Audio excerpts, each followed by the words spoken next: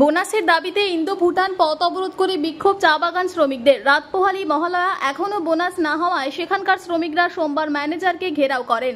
কেউ কাজেও যোগ দেননি। সোমবার চা বণিক সভা ডিবিআইটি এর ডাকা বৈঠকে অ্যান্ড্রিউ ইউলের আওতাধীন নিউ ডুয়ার্স, কারবালা, বানারহাট ও চুনাভাটি 4 চা বাগানের বোনাস জট কাটেনি। 2 কিস্তিতেই বোনাস প্রদানে অনড় থাকে মালিক পক্ষ।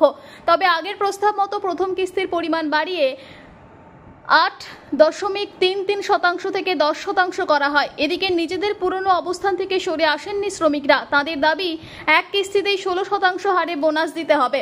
সব বাগানে এক কিস্তিতেই বোনাস হচ্ছে, এখানে কেন হবে না? প্রশ্ন তুলেছেন চা বাগান শ্রমিকরা।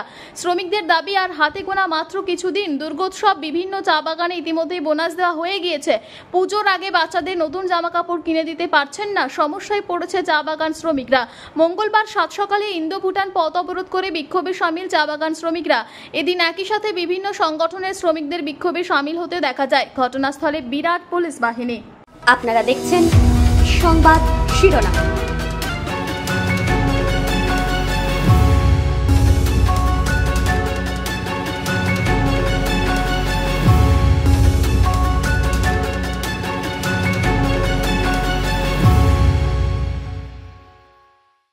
সরকার অধীনস্থ চা বাগান বানারহাট, কারবালা, চুনাভাটি, নিউ ডুয়ার্স যে 2024 সালের বোনাস নেগোসিয়েশনে সিসিপিএ লেভেলে যে বোনাস নেগোসিয়েশন হয়েছে লাস্ট 19 তারিখের মিটিংয়ে, ওনারা সেখানে পার্টিসিপেট করেনি।